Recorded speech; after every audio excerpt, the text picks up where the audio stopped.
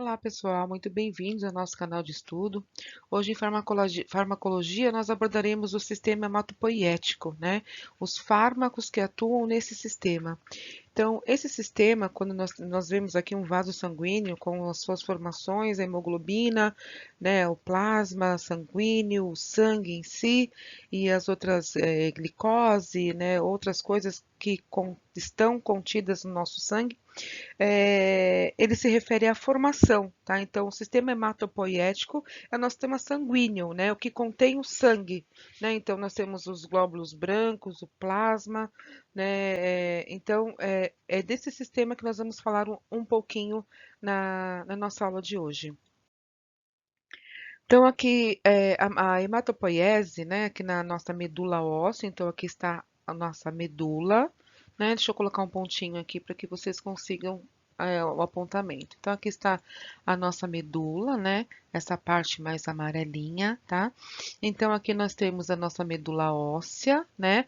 O fêmur, por exemplo, tá? Dentro do fêmur nós temos as hemácias, as plaquetas, os nossos neurônios, os nossos linfócitos. Tudo isso envolve a nossa medula óssea, tá? Então, o nosso sistema hematopoiético, ele está envolvido com essa questão da formação, né, que contém, por exemplo, neste fêmur, né, neste fêmur aqui. Então, todos esses sistemas, né, são formados por ossos, desculpem, por sangue, né, e células. E essas células, elas são formadas no nosso sistema hematopoiético, tá? Então, vamos falar um pouquinho dos fármacos, né? Então, o que que são fármacos hematológicos, né? Então, são medicamentos que atuam na circulação sanguínea. Então, ele pode tanto aumentar o fluxo sanguíneo, como ele pode ajudar na sua coagulação, como ele pode romper os coágulos, que são as placas ateroscleróticas e trombo, tá?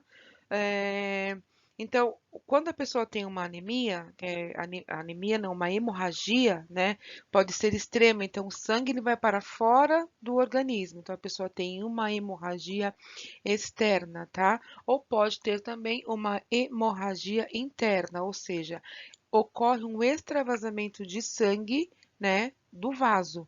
Então, o sangue sai do seu percurso natural e ele vai para o organismo. Quando ocorre essa hemorragia, os órgãos ficam prejudicados. Como eu disse na aula anterior, o sangue ele é rico em oxigênio e nosso organismo precisa de oxigênio para conseguir, nossas células precisam de oxigênio para conseguir sobreviver, é o alimento da nossa célula.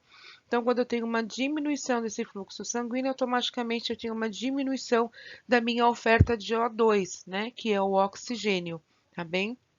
É, então, quais são os componentes do nosso sistema sanguíneo, né? Então, são nossos glóbulos vermelhos. Os glóbulos vermelhos, eles são mais mundialmente conhecidos como hemácias.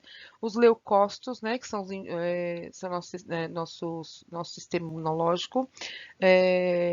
Plaquetas, plasma, água, íons, que é proteínas, hemoglobina e fibrogênio, tá bom? Fibrinogênio.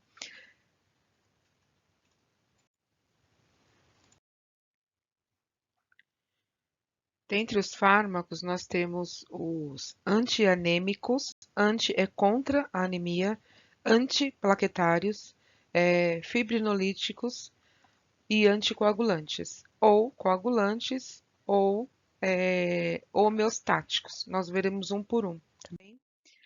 Então, antianêmicos é quando a pessoa tem anemia, então é uma condição em que o sangue tem uma quantidade insuficiente de hemoglobina, tá? De glóbulos vermelhos. Os glóbulos vermelhos, eles carregam mais uma vez o nosso oxigênio, né? Então ajuda a carregar oxigênio, ajuda a carregar energia. Então, quando eu não tenho glóbulo vermelho, então quando eu tenho anemia e sinto sono, sinto cansaço excessivo por conta da própria anemia, tá bom? Então, aqui, para que vocês, ó, aqui é um vaso, por exemplo, com uma quantidade normal de glóbulos vermelhos e aqui um com anemia. Tá vendo como tem quantidade menor? Dentre as anemias, nós temos as suas subdivisões, tá? Então, nós temos a anemia ferropriva. Então, essa anemia ferropriva ela é a mais comum, que é a diminuição ou ausência de ferro no sangue, tá bom? Então, de ausência de ferro, eu não vou ter a presença dos meus glóbulos vermelhos, porque se vocês sentir o cheiro de sangue, ou quando a gente vai para o nariz ou boca, vocês percebem que ele tem um gosto de ferrugem, né? Então, nossos glóbulos vermelhos, a base dele é o ferro, tá bom? Então, os medicamentos eles vão agir para repor esse ferro. Tá? Anemia falciforme é uma anemia que o teste do pezinho ele identifica. Então, nossos glóbulos vermelhos ele vem em formato de foice, tá? Então, ou seja, se ele está em formato de foice, eu não consigo captar a quantidade de oxigênio suficiente e ela é menor, tá? Então, ela não vai ser uma balinha soft, uma balinha redondinha, ela vai ser uma foice, como se fosse uma vírgula, tá? No próximo slide tem uma foto de como fica os nossos glóbulos vermelhos. Eu tenho a anemia macrolítica, megaloblástica, tá? Essa é uma deficiência de vitamina B12 e ácido fólico, então você tem que associar o ferro junto com a vitamina B12, tá? E a anemia que se refere à hipocrômia e a microcítica, né? Então, eu tenho menor quantidade de hemoglobina e déficit de ferro, alteração na coloração das hemácias. Então, quando a gente faz o exame de sangue, o médico coloca esse sangue e coloca numa paleta. Essa paleta ela vai mostrar como é a anemia. Então, você vai a sua hemoglobina. Então, através do formato da hemoglobina, da coloração da hemoglobina, ela vai conseguir descobrir qual tipo de anemia que você tem, tá? Porque todas elas vão abaixar a quantidade de hemoglobina, tá? Quando pega o exame, tá lá, anemia. Mas anemia é o quê? Qual tipo de medicamento eu tenho que tomar? Eu tenho que tomar a vitamina B12, eu preciso tomar ácido fólico, eu preciso tomar só ferro. O que que eu preciso fazer, tá? Então, é por isso que é importante realizar o exame. Não é quando eu tenho que descobrir que tipo de anemia eu tenho para que o medicamento seja efetivo. Aqui está uma hemoglobina normal, né? Aqui, ó, está uma hemoglobina normal. E aqui está uma anemia falciforme, tá vendo? Onde ela está, é, onde ela está com um formato de foice. Então, só para que a gente entenda aqui, ó, nesse desenho, tá vendo? Aqui tem a hemoglobina, então tem uma quantidade pequena de hemoglobina. Eu tenho oxigênio, sim, mas eu carrego um pouco de oxigênio fora da minha célula. Então, a pessoa que tem anemia falciforme, ela terá alguns problemas, sim, com o sistema respiratório, com o sistema digestório, com a função cardíaca. Essa pessoa normalmente é uma pessoa que se sente mais cansada, de uma forma mais crônica. Depois eu tenho aqui os antianêmicos, né, que são os medicamentos que servem ter finalidade de repor essas vitaminas, esses minerais, esses nutrientes para um bom funcionamento, tá? Então, a pessoa quando ela tem anemia, o que é muito comum hoje em dia, a gente não se atenta a isso, até mesmo por conta da nossa alimentação, então, a pessoa tem problemas no andar, no falar, no pensar, exercer atividades, as pernas sempre ficam mais cansadas e pesadas, né? Então, a gente precisa repor os principais, que é nosso ferro, ácido fólico e B12. O que que eu, como profissional da enfermagem, posso fazer para poder melhorar e potencializar o efeito terapêutico deste medicamento? Você pode, por exemplo, ofertar o sulfato ferroso com suco de laranja, ou ferro, né, o noriporun, sulfato ferroso, enfim, com suco de laranja, de verdade, o suco, não é suco de caixinha, tem que ser a laranja espremida, tá? Isso faz com que aumente a absorção do medicamento, a ação terapêutica dele esperada fica mais efetiva, tá bom? Então, aqui eu tenho o Canaquion, normalmente esse Canaquion ele ajuda bastante na questão da recepção do ácido fólico, tá? E dentre outras vitaminas. Ele é um medicamento que é vitamina K, que a gente chama, né? Ele é muito. Toda criança que nasce toma uma injeçãozinha na perna de Canaquion. E também depois usa o colírio, tá? Então, assim, de Canaquion. Isso vai ajudar no sistema hematopoético para a formação dos nossos glóbulos vermelhos e nossos glóbulos brancos, tá bom? O sulfato ferroso e aqui também tem outros nomes, outros medicamentos, tá? Os antiplaquetários, tá? Ou anticoagulantes. Então, normalmente, quando a pessoa no vaso ela tem um trombo, ela tem a formação de uma placa de ateroma, ela tem uma diminuição, né? Desse fluxo por conta de algum trombo, de algum coágulo. Então, é usado o medicamento anticoagulante. Tá bom? Então, muito utilizado em AM, que é infarto agudo do miocárdio, em AVC, em trombo, né, que é TEP, que chama de tromboembolismo pulmonar, TVP, né, que é TPV, que é TVP, tá, gente? Trombose venosa profunda, né? Então, nós temos o antiagregante plaquetário, ele impede e previne a formação de trombo, tá? Então, ele é um medicamento que você vai tomar para a prevenção. Então, se você teve um infarto, para que não ocorra um outro infarto, você vai continuar tomando um antiagregante plaquetário, tá bom? Para poder não ter mais a formação. Uma vez que você teve, você pode ter outros estreitamentos da veia, ou estreitamentos de algum vaso, e isso faz com que você pode vir a ter um novo infarto, ou um AVCI ou AVCH, tá bom? Então, aqui nós temos o ácido acetil salicílico, né, que é o mais conhecido como AAS. Então, ele é realizado, então, 100 miligramas, esse medicamento, ele tem uma ação onde ele não é que ele vai afinar o sangue, ele vai deixar o sangue mais fluidificado, tá? E de 500 miligramas já é para dor e febre, então é uma diferença, tá?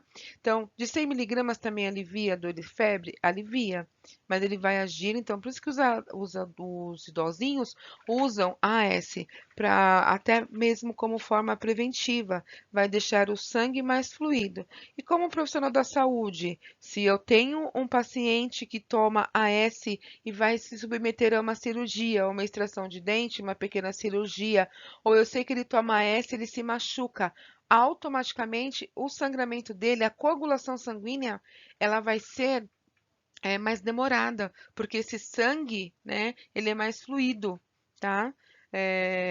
Então, se vai fazer a cirurgia, também precisa o quê? Suspender o medicamento pelo menos uns 3, 4 dias antes, né, da cirurgia, tá bom? Aqui eu tenho também o clopidogrel, que também é um medicamento muito utilizado, principalmente quando a pessoa coloca um dispositivo que chama stent, para poder, esse stent ele vai entrar na veia e vai suflar um balão ali, vai deixar uma redinha, para que, como se eu apertasse, né, esse trombo, tá, dentro do vaso, para aumentar, o calibre, da veia, para ele voltar ao tamanho normal.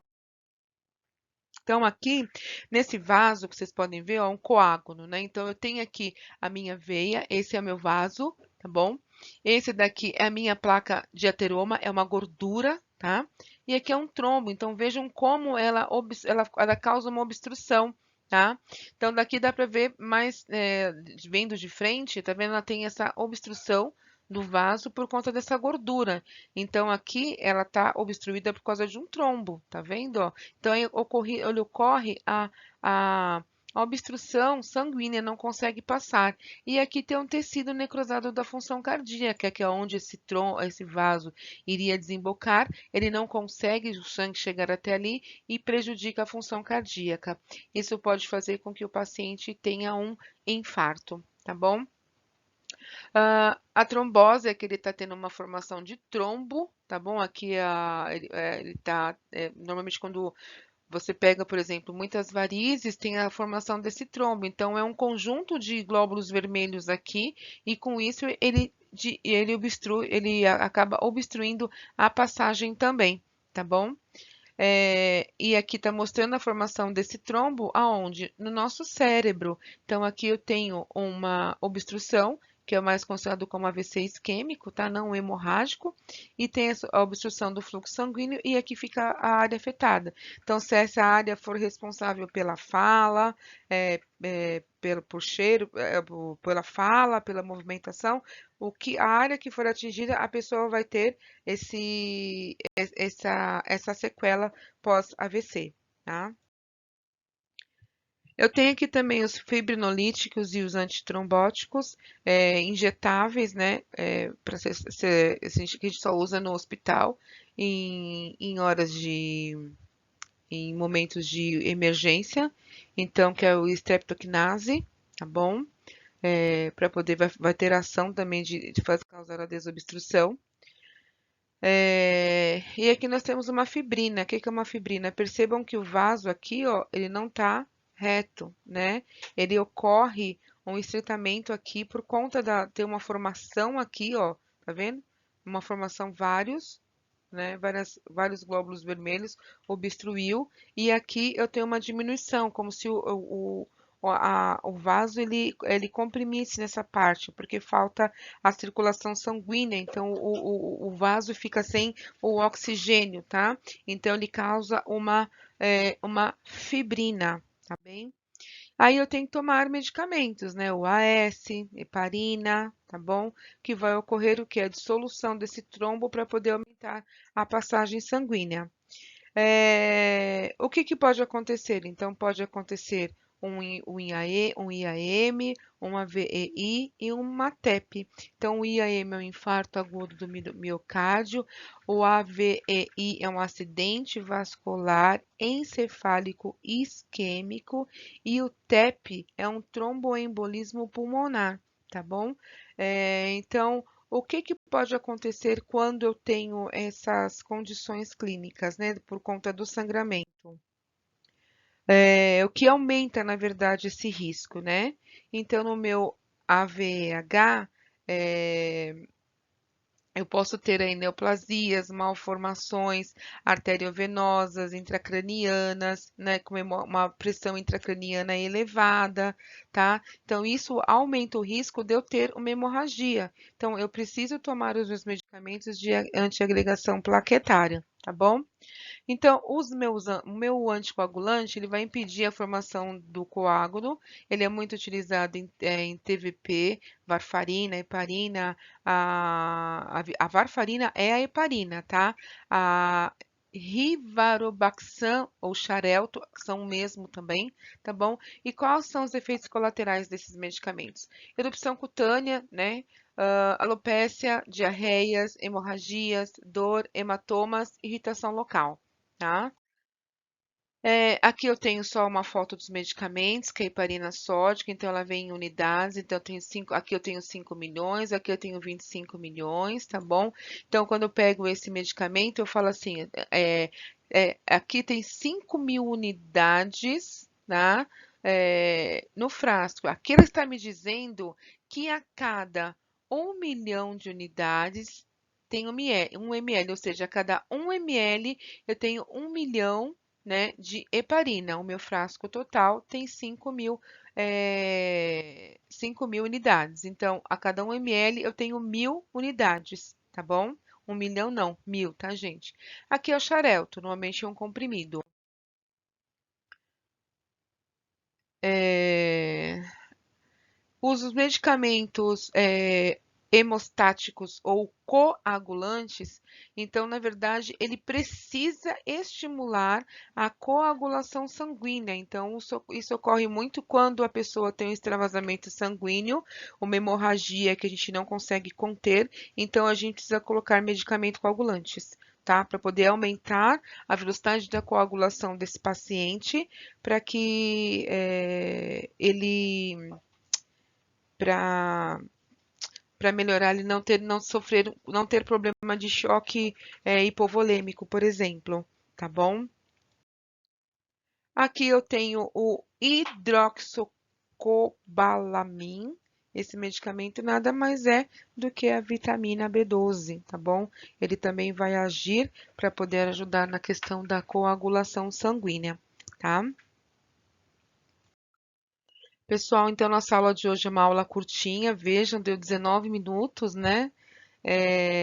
Porque o sistema hematopoético realmente é pequenininho, não tem muito assim o que se falar, é muito parecido com o sistema cardiovascular.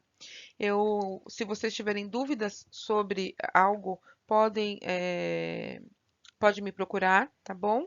Eu estou à disposição. Muito obrigada, tenha um excelente dia.